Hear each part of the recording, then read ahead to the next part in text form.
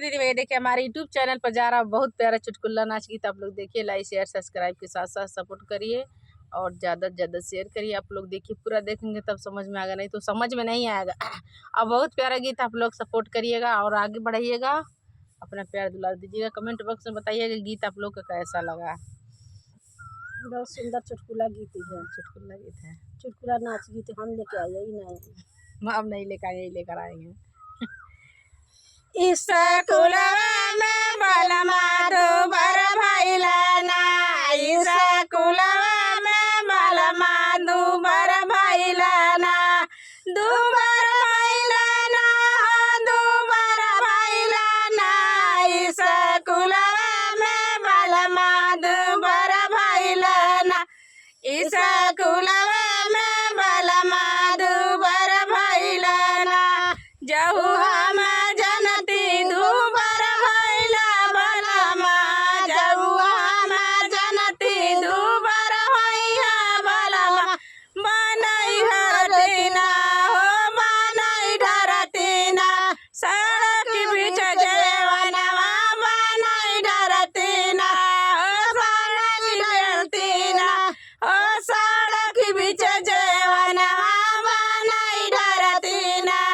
अपने में जाती मालम के जेवती ललचाई धरतीना,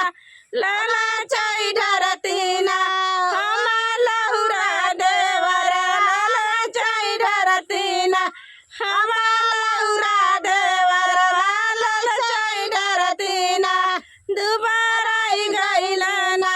दुबारा गइलना, हम बाहरवा में बलमा दुबारा गइलना, हो विदेशवा में बलमा दुबारा गइलना, जहुआ में जनती दुबर भइला बलमा, जहुआ में जनती दुबर भइला बलमा, भराई धरतीना हो भराई धरतीना, सड़क बीच गेड़ुआ भराई धरतीना, हो सड़क बीच गेड़ुआ भराई धरतीना, हो सड़क बीच गेड़ुआ भराई धरतीना, दुबारा गइलना हो खेतवा में बलम दुबारा गइलना, अरे खेतवा में बलम दुबारा गइलना, दुबारा गइलना, दुबारा गइलना, अरे खेतवा में बलम दुबारा गइलना, जऊ हम जनती दुबर होइया बलम, जऊ हम जनती दुबर होइया बलम, बनई धरतीना हो बनई धरतीना, अरे खेतवा में बिरवा बनई धरतीना, अरे खेतवा में बिरवा बनई धरतीना, अपने पूछती बलम के नीचवती, अपने में कुचती बलम के कुचवती, ललचाई धरतीना,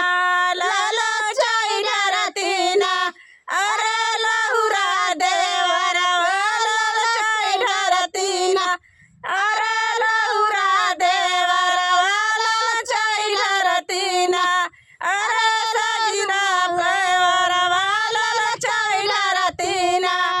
अरे सजिया पे बलमा दुबर भइलना,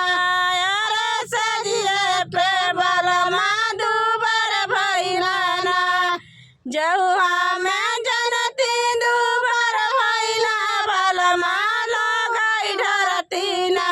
हो लगाई धरतीना, लाली पलंग बैसे जिया लगाई धरतीना, लाली पलंग पर से जिया लगाई धरतीना, अपने में शादी